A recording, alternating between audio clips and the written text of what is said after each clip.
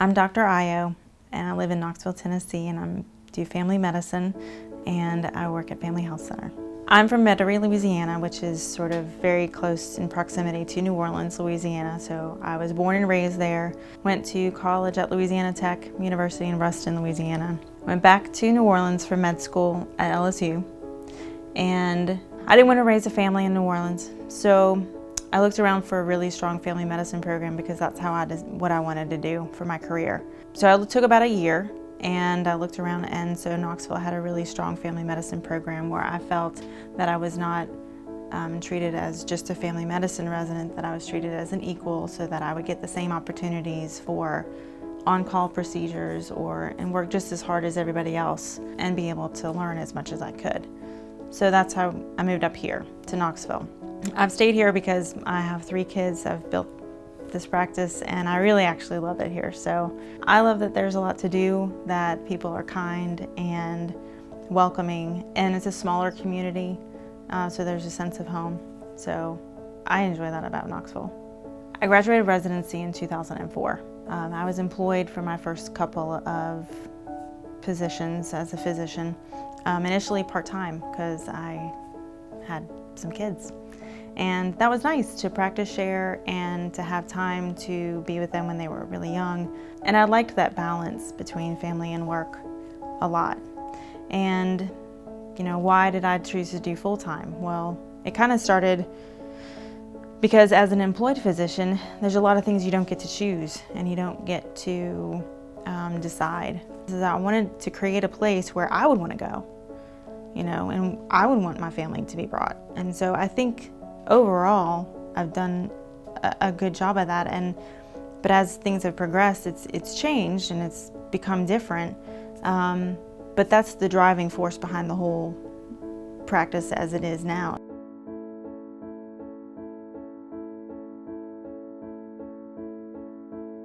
I saw the question about who inspired me to be a physician, and I thought a lot about it, and I guess I've had a lot of different touch points over time about, you know, did I choose the right profession? Did I do what I'm supposed to do in life, type of thing.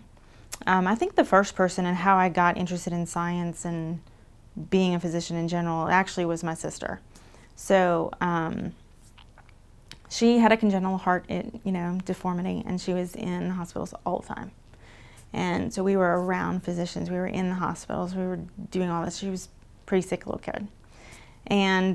But I was always amazed at how professional the doctors were, how they, would still sit and play remote control cars with my sister when they were on call because she was on the peds floor, and how, they listened to her when she yelled at them because they wouldn't let her get her ears pierced because of her heart. But being around that, I guess I always it's like, they helped her, they helped my parents, they helped us as a family, and I appreciated that. And it seemed like I always held them on a pedestal. I'm like, that is really an awesome position to be in for someone. And so from a really young age, I kind of knew that that's what I wanted to do. So my sister passed away when she was 8 and I was 11.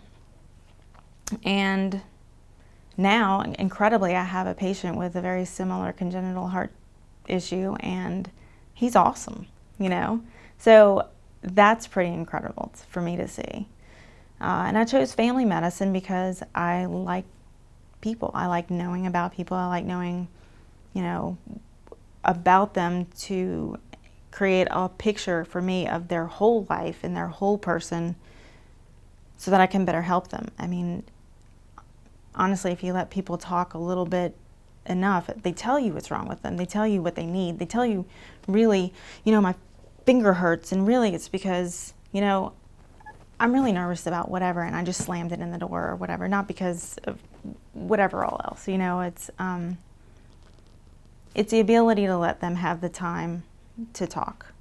Another mentor of mine, interestingly, actually was back in college, but it was an internship, a summer internship at one of the hospitals in New Orleans, clinical genetics.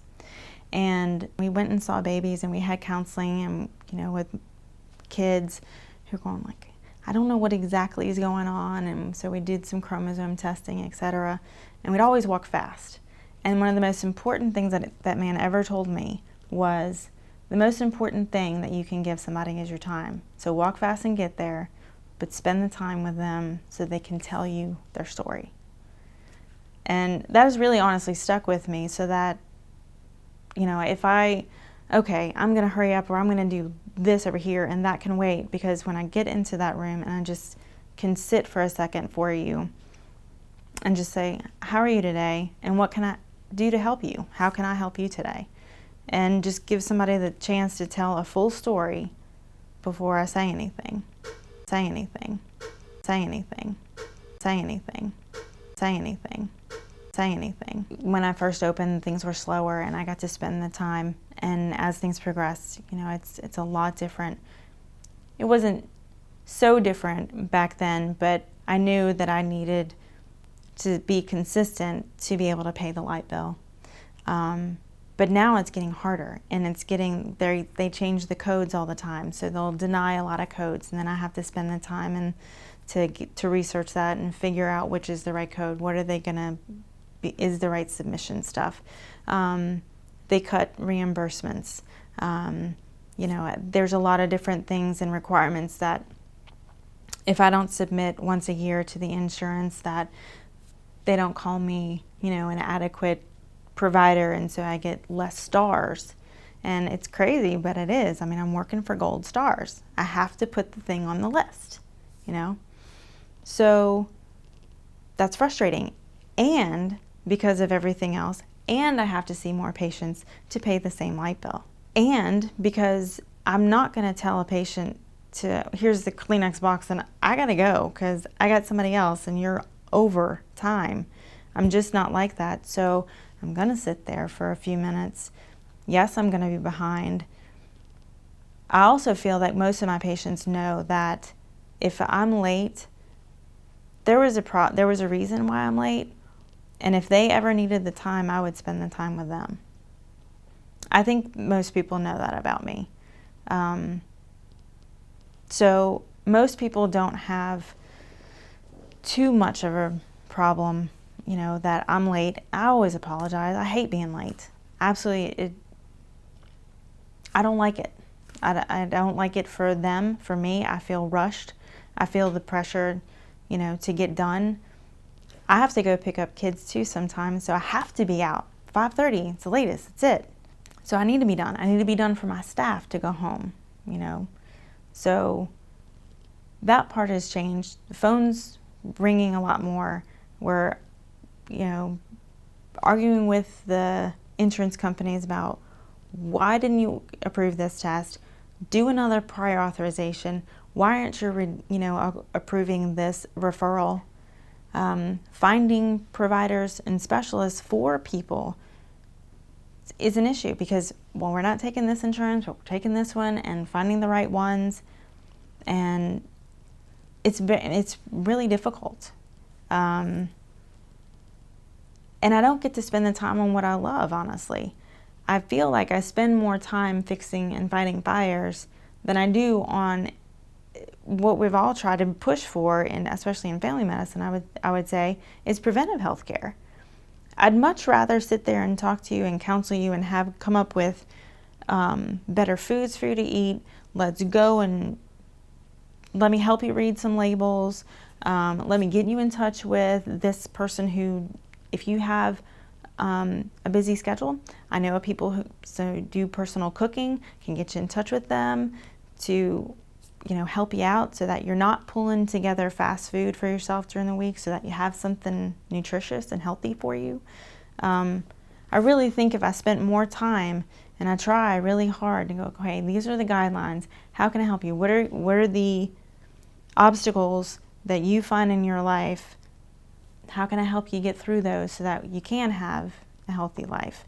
My goal is to have a quality of life equal to quantity of life. I mean, isn't that what we all want? You know? So it'd be much easier to try to prevent a stroke than live with the stroke. With the stroke. With the stroke. With the stroke. With the stroke. With the stroke. My vision for concierge practice would be to have a smaller patient panel so that I can do more for them. I don't want to be a surface physician for somebody. I want to be able to really make a difference for them. And I need time to do that. I want to, to be able to put together a multifaceted place where they can come and say, hey, where can I go? Or do you have a seminar on exercise or massage therapy or Pilates? And I can get that for them, I want to be on time. I want to be on time. Their time is important, just as my time is important, and they deserve me to be on time. I think my staff deserves to be less stressed too.